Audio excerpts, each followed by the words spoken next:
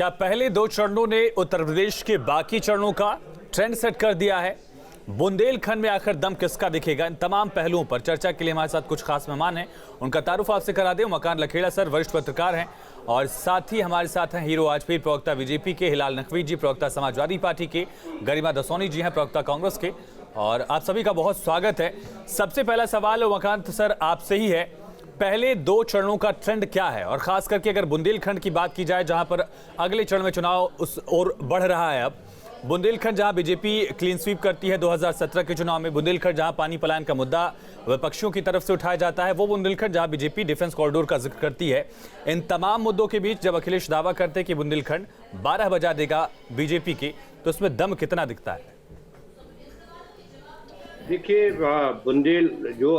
जो चुनाव है, देखिए पश्चिमी उत्तर प्रदेश से एक बयार जो बही है वो दो चरणों की, भारतीय जनता पार्टी को उसमें काफी झटका लगने के आसार दिखाई पड़ रहे हैं, क्योंकि वहाँ ये 2017 नहीं है, ये 2022 है। और 2022 का मतलब जो किसानों का गुस्सा था, बेरोजगारों का गुस्सा था, कोविड के दौरान जो अस्पतालों की दुर्दशा थी, उन सारी चीज़ों ने मिलकर के भारतीय जनता पार्टी का जो एजेंडा था, कि जो वो हिंदुत्व का एजेंडा था, जो 2013 कराने की याद दिलाना चाहते थे, वो चीज़, वो सिक्का चढ़ नहीं पाया। इसका भारतीय जनता पार्टी में काफ़ी उनकी जो परेशानियों को भी समझा गया, पब्लिकली समझा गया। लेकिन ये है कि जनता के जो, भाजपा के जो मुद्दे थे, उसमें जनता के जो मुद्दे थे, महंगाई है, बेरोजगारी है, और आम जो जनता की जो तकलीफें हैं, जिंदा रहने की जरूरतें हैं। देखिए, आम जनता की जो तकलीफें हैं वो पेट्रोल डीजल ने बहुत ज्यादा बढ़ाई। पेट्रोल डीजल ने सबसे ज्यादा इफेक्ट क्या किया कि जो माल भाड़ा है उसके दाम बढ़ाए, और जब वो जो सामान है बाजार में आम आदमी तक वो सामान पहुंचा, तो दुकानदार हैं, जो शॉपकीपर्स हैं, उन्होंने महंगे दामों पर चीजें बेची हैं। उन्होंने कहा कि पीछे से बहुत महंगा सामान आ गया, सब्जी महंगी हो गई, तेल महंगा हो गया, सरसों का तेल 225 रुपए किलो बिका। तो ये जो चीजें होती है जो आम आदमी को चुभती हैं। मेरी आज दोपहर में मुरादाबाद के किसी आदमी से बात हुई जो भारतीय जनता पार्टी का कट्टर समर्थक है। उनका कहना है कि भाई साहब, हम तो इस हालत में आ गए हैं कि सरकार किसी की भी बने, महंगाई कम होनी चाहिए। इसका मतलब ये है कि लोग जो राजनीतिक जो विचारधारा है, या राजनीतिक जो कट्टरता है, या राजनीतिक जो भी लोगों की मान्यताएं हैं, उस मान्यताओं से ऊपर उठ करके लोग इस बात को ज्यादा तवज्जो दे रहे हैं कि देखिए महंगाई कम होनी चाहिए, क्योंकि लोगों के महंगाई से लोगों का जिंदा रहना मुश्किल हो रखा है। तो ये जो धर्म है, ये जो जातियां हैं, ये बात की बात है। पहले आप जिंदा रहेंगे ना, आपके पेट में कुछ जाएगा, आपके परिवार का पेट भरेगा, तो आप राजनीति भी करेंगे, सामाजिक काम भी करेंगे, अच्छे कपड़े भी पहनेंगे।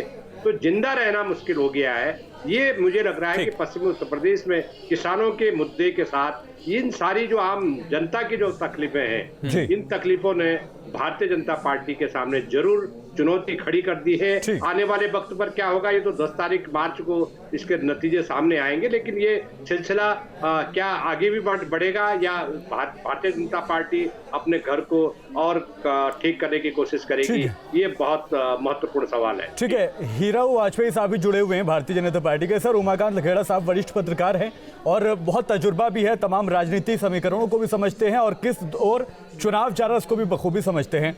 अभी वो कह रहे थे कि बेरोजगारी, महंगाई बड़ा इशू है, लेकिन हम ये देख रहे हैं कि 80 बनाम 20 हो रहा है, तमंचावादी हो रहा है, परिवारवादी हो रहा है, गर्मी निकालना हो रहा है। क्या इन मुद्दों से इतर आगे का जो रुझान है तीसरे चरण की अगर हम बात कर रहे हैं, तो क्या जो चुनावी पार्टियों के अपने टोन है या जो मुद्दे हैं जिनको लेकर वो मुखातिब होते हैं, संबोधित करते हैं, क्या बदलाव आएगा आगे के संबोधनों में, आगे के प्रोग्रामों में, आगे के चरण में?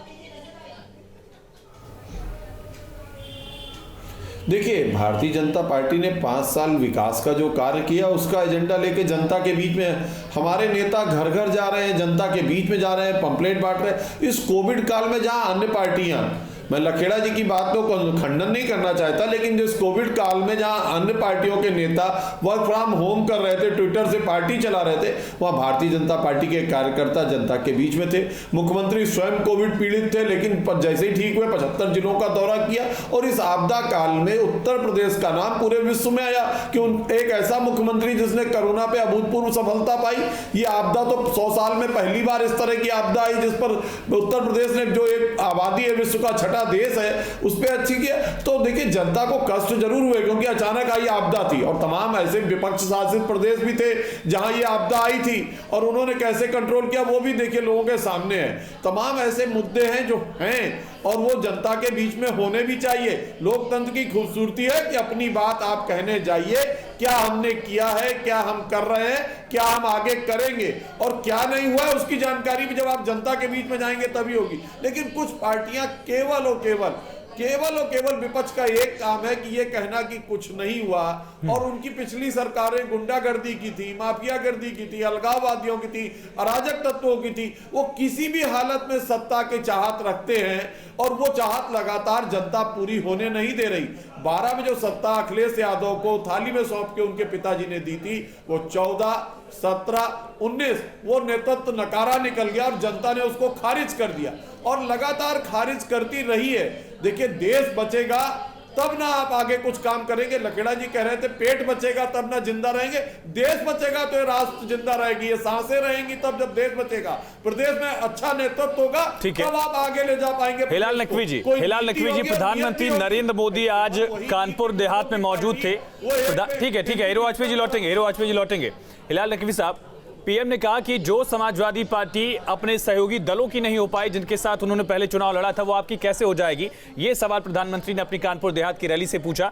लेकिन साथ साथ यक्ष प्रश्न ये भी है कि पश्चिम के दोनों चरणों में अब नतीजे क्या है तो 10 तारीख को ही पता चलेगा, लेकिन कानून व्यवस्था एक बड़ा मुद्दा निकलकर सामने आ रहा है। इस पर बीजेपी अपना समर्थन होने का दावा कर रही है। देखिए आपको कुछ कंफ्यूजन है। हम कांग्रेस के माफी चाहूंगा हिलाल नकवी साहब। हाँ जी, हम कांग्रेस के प्रवक्ता है, तो हम समाजवादी पार्टी का लेकर के जो प्रधानमंत्री जी ने कहा है उस पर टिप्पणी करें वो अच्छा नहीं लगेगा। जी, आपको हमसे जो सवाल पूछना हिलाल नकवी जी, मैंने पूछा कि पहले दोनों चरणों में एक तरफ कांग्रेस कह रही कि लड़की हूं लड़ सकती हूं, लेकिन महिला सुरक्षा का मुद्दा और कानून व्यवस्था का मुद्दा दोनों चरणों में मुखर तौर पर जनता के बीच से निकलकर सामने आ रहा है। इन मुद्दों पर बीजेपी को बढ़त नहीं मिलेगी, कांग्रेस को लीड मिल जाएगी, इसमें कितना वजन आप देख रहे हैं?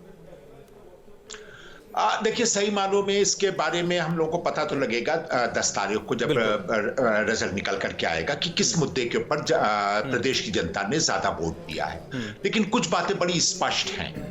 देखिए पहली बात यह है कि उत्तर प्रदेश का नाम बेशक कोरोना में विश्व में आया था जब गंगा जी में लाशें तैर गई थी, तब सारे विश्व ने देखा था कि कोरोना में किस प्रकार का प्रबंधन किया गया है। निश्चित रूप से आज की तारीख में जब पूरे देश में देखा जाता है कि सबसे ज्यादा भूखमरी कहाँ है तो उत्तर प्रदेश में आती है। तो विकास के नाम पे सबसे ज्यादा उत्तर प्रदेश को भूखमरी मिली है। आज की तारीख में सबसे ज्यादा कुंठित बच्चे कहाँ हैं, ये स्मृति ईरानी जी ने कहा है, जो कि उत्तर प्रदेश की एमपी की सबसे ज्यादा उत्तर प्रदेश में है। आज की तारीख में अगर प्रति व्यक्ति आय की बात की जाती है तो हम नीचे हिलाल नकवी जी ये जानेंगे कि सरकार की जिन नाकामियों का जिक्र आप कर रहे हैं उसकी बढ़त आपको ही मिल जाएगी, इसमें कितनी गुंजाइश है? हमारे साथ गरिमा दसवानी जी और शादाब शम्स जी भी लगातार बने हुए हैं।